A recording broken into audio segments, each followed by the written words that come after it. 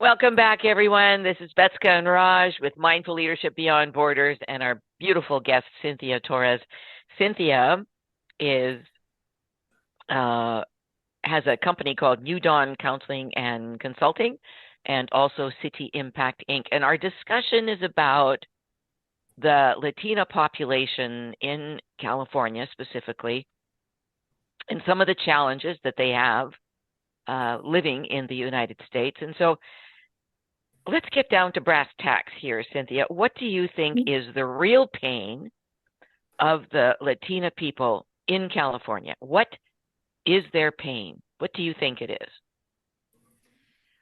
Well, I think it comes from the idea that there is something wrong with people that are not mainstream. So if your color of skin is darker, if you have an accent, if you speak a little different and in any different way, you are not good enough. There is something intrinsically wrong with who you are. And with that, people not only suffer self-esteem, but if they are not even having the opportunity to be listened to because people tune us out because of our accent or the way we look, then we don't have opportunities that could come our way. And so I think it's deeply rooted within the Latino population here that we are really at the bottom of the totem pole in every single way. We're not smart enough, we're not capable enough, we don't have the right color of skin, etc., etc. So it is replicated throughout that same messaging, and that's very difficult to overcome for a youth. The youth that we are working with is like, what are the opportunities for them to want to go to university or study something when all the doors are closed for them, saying, oh, there's really not going to be much that I'm going to be able to offer. I'm not smart enough. I'm not going to get to the high paying jobs. So it comes with a hopelessness attitude from that perspective that is really sad and it becomes an obstacle for them to be able to move forward. And I think one of the things that I was going to say is that we're used to certain systems that work. So here in the United States, we know that we have speed limits and we need to follow them, and we have certain rules, and that works really well for us here. But in other contexts and in other countries, those are not the rules. And so how can we expect for people to just do the transition and come here and understand what are the rules and how the system works here? So people are completely disoriented. So I think part of it is lack of information, that they don't know how to use the system to be able to add to it, and it always feels like they are taking away. But I don't believe that there is a negative intention. I think it's just they don't know any better. They don't know how to behave in this system. So how do we help them really learn how to work within the system? I would think that, well, all of that is really important. I'm going to touch on a point you made a couple minutes ago, and that is that if they still feel like second-class citizens, if they feel and believe that they are second-class citizens, then it's going to be extremely difficult for them to get an education or get a high-paying job or stick up for themselves or fight for their rights. If in their heart they feel second class, you know what I'm saying? Yeah, they lose confidence also. Yes. Yeah. They are not even able to speak up, and it happens very often here at my work, and we are wanting to get their opinion and their collaboration with different topics, and they don't say anything because they're so afraid that there is going to be power over that. We're not going to allow them to have a say and really collaborate in a solution. Yes. Yeah. Because they're disempowered and they really don't feel that saying anything is going to make any kind of change. Well, I tell you, I'm really happy that you're in the position you're in and that you are exuding the power. You are leading. You're helping to lead us out of this situation. And I pray that you can do it quickly. Because what happens, in my experience, being a mind kinetics coach, we know that generations take on the pattern of the next generation. So we need to stop it at this point so that these youth, right, today, get the self-confidence that they need, that Raj is talking about. They feel worthy. They don't feel like second-class citizens. In fact, maybe they could be president of the United States, right? Right. So how wonderful that would be.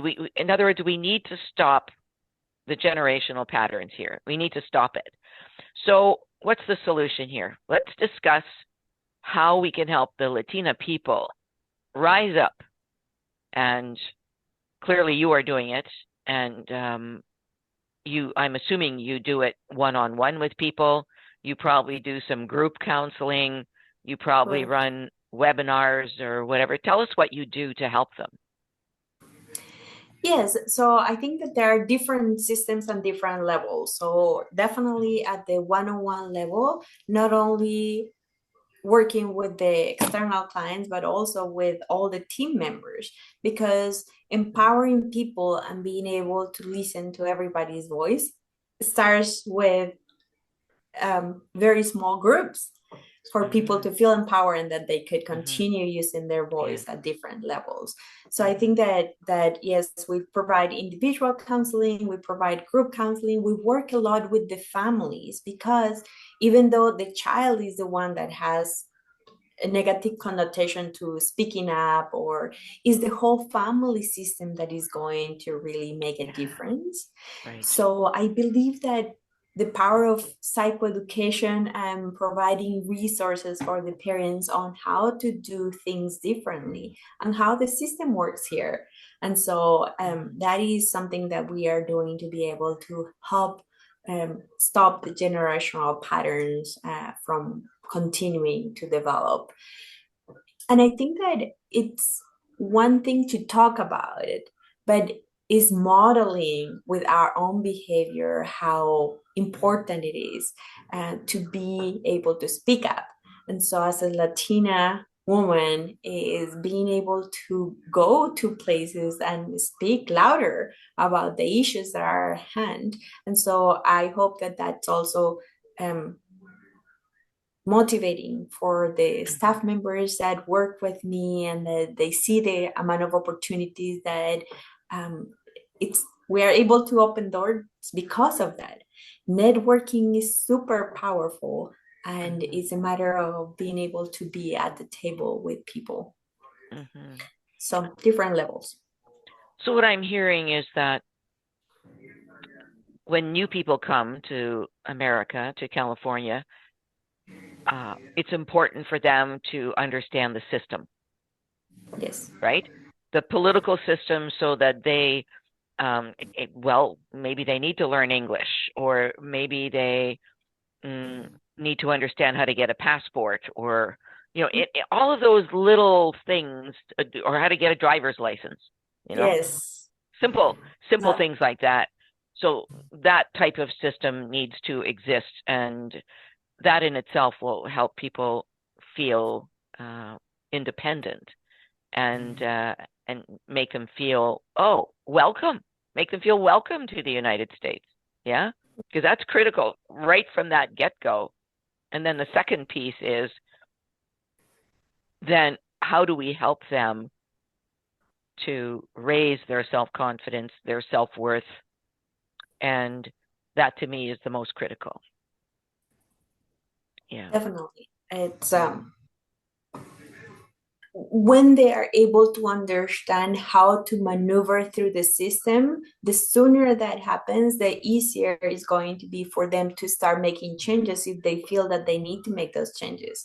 Right. So here in California, we have a really poor system, the transportation system, public transportation. So without a car in this area, it's very difficult to live.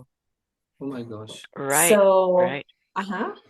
and people get here and they think, oh, it's close. It's only 2-3 miles. Well, 2-3 miles is 5 kilometers. That's a lot of walking to be able to accomplish. Yes. So, for sure. Making it easier for them to be able to adjust. So do you, to help them understand the system, like do you work with new immigrants, for example? Yes. Do you? Okay. So to help them understand the system, do you do that? Does that City Impact do that? Or where do they get that information from, the local government or where? The majority of the cases, we are working one-on-one with each one of the families to see what are their needs and where is it that they are at in their acculturation process. And so depending on that, then we will be able to provide different pieces of education about all the resources that they have available, how to get involved with English classes, how to be able to advocate for getting driver license, et cetera, et cetera. So it all depends on where the level of acculturation is, and then being able to support them in the process. Well, it's an honor to meet you, Cynthia. Thank you for everything that you do. Yes.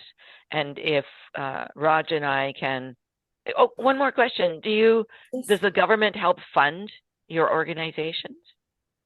Correct. Because we have contracts with Ventura County Behavioral Health, as well as with local educational systems and the sheriff's department. So those are kind of the main programs that are covering the cost of our programs.